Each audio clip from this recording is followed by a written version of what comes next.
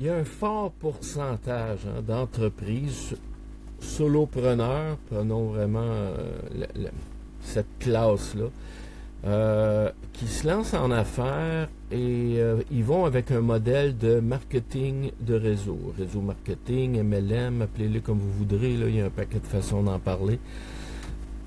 Puis c'est une bonne raison et c'est un bon choix. Pourquoi? Parce que un solopreneur, souvent, une entreprise là, avec une personne, on s'entend, doit faire les ventes, doit faire la mise en marché, doit faire l'administration, doit livrer les produits ou les services, s'occupe de tout, là, va arroser les plantes, puis elle passe le balai. Regarde, elle s'occupe de tout, elle est toute seule. Elle run une business toute seule. Donc, on a vu dans les fondamentaux de la vente qu'il y a un élément bien important qu'il faut regarder dès le départ, c'est que le modèle d'affaires tient-tu la route. Une fois qu'on a déterminé si le modèle d'affaires tient la route, ben là, on s'en va vers notre MLM, on l'adopte. Il y a des raisons pourquoi on l'adopte, parce qu'on aime ça, c'est notre passion, on aime les produits, on aime, peu importe, on s'en va vers ça parce qu'il y a une raison. Mais là, il y a des chiffres qui viennent un peu assombrir le paysage comme un gros nuage gris. C'est des chiffres qui disent que 95% des gens qui se lancent dans le MLM, réseau marketing, vont échouer. Ça, c'est pas une bonne nouvelle. La bonne nouvelle, c'est qu'il y en a 5% qui vont réussir. Qu'est-ce qui fait qu'il y en a 95% qui échouent, puis 5% qui réussissent? Ben, c'est pas tout le temps la faute de la personne. Souvent, c'est le mauvais choix de MLM. On l'a vu dans les autres capsules, que si on choisit un MLM qui vient de naître, il faut avoir une maudite bonne équipe en arrière de soi, parce qu'il y a des bonnes chances qu'ils pètent, puis ça, c'est du monde qui passe d'un produit à l'autre, puis qui amène leur équipe avec eux autres en arrière, pour pouvoir générer des revenus rapidement parce qu'ils savent que ça va finir par péter. Donc, à ce moment-là, ça, c'est un modèle qui est pas très, très bon. Il y a d'autres entreprises, d'autres modèles qui vont faire en sorte que c'est tellement dispendieux que les gens vont se décourager parce qu'ils vont toujours se faire dire non. Ils vont toujours se faire dire, gars, moi, j'ai pas les moyens de faire ça. Donc, on sait que dans n'importe quel business, c'est pas les 99 non que tu as, c'est le 1 oui que tu as. Donc, il faut vraiment être persévérant dans cette approche-là, puis dans ce type d'entreprise-là. La bonne nouvelle, les 5% qui réussissent, ben, c'est parce que c'est des gens qui vont avoir compris qu'on doit développer une équipe. Ils ont compris que c'est peut-être pas juste en faisant des ventes et de la récurrence qu'on va réussir. Donc, il faut qu'ils développent une équipe. Par contre, il y a des modèles au niveau du MLM qui font en sorte que c'est complètement l'inverse.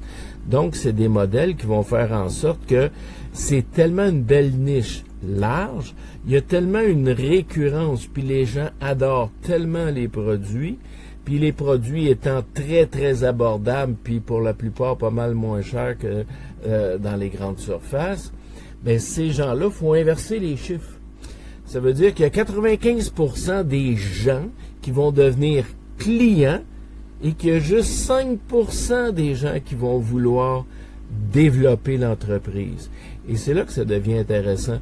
Parce que quand tu as 95% des gens qui veulent être clients, ça veut dire que tu as une méchante de belle satisfaction à ce niveau-là, puis tu as beaucoup de récurrence. Tu gardes tes clients parce qu'ils sont satisfaits, donc tu as 95% du monde qui sont clients, et le 5% qui décide de dire, moi, je vais aller une coche plus loin, bien, le taux de succès de ce 5%-là est très, très, très élevé parce que l'entreprise va rester tout le temps là, les clients sont très satisfaits, les prix sont très abordables, donc ceux qui vont commencer à dire, hey, Je donne l'exemple du cercle de magasinage avec bon style de vie.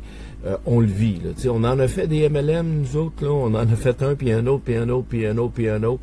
Puis on sait pourquoi ça plante, on sait pourquoi ça marche pas, puis on sait sont où les défis. Donc, on a tout vécu ça. Donc, le cercle de magasinage, ce qui est le fun, c'est que ça s'adresse à tout le monde. C'est très abordable et c'est des produits qui peuvent être utilisés de tous les jours. On ne crée pas un nouvel achat ou un nouveau besoin. Donc, les gens qui décident d'aller dans le créneau de dire, moi, je vais référer des gens à ça parce que j'ai utilisé les produits, j'aime les produits, je les utilise à tous les jours, je fais des économies à tous les jours, ben à ce moment-là, ils vont dire, pourquoi toi, qui est autour de moi, ne ferait pas la même chose, regarde. Et là, c'est très facile à ce moment-là d'aller recommander une entreprise, d'en tirer des revenus et de pouvoir bâtir sur le moyen long terme toute une entreprise puis une business zéro coûtant, puis un taux de succès très élevé. Donc, le choix du MLM est très, très, très important.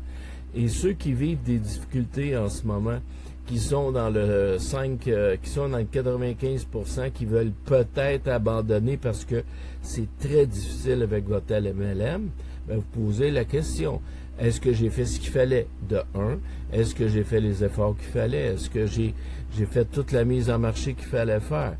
Si la réponse est oui, puis que le problème c'est le produit, il faut changer. Mais on passe pas d'un MLM à l'autre à tout bout de champ. Par contre, quand on a un modèle comme le partenaire principal du cercle de magasinage, ben lui, il dit pas change. Lui, tout ce qu'il dit, c'est deviens client, puis tu vas tellement aimer les produits qu'à un moment donné, tu vas voir, ça va se référer tout seul. Il y a différents modèles, différents défis. C'est à toi de voir. Ciao.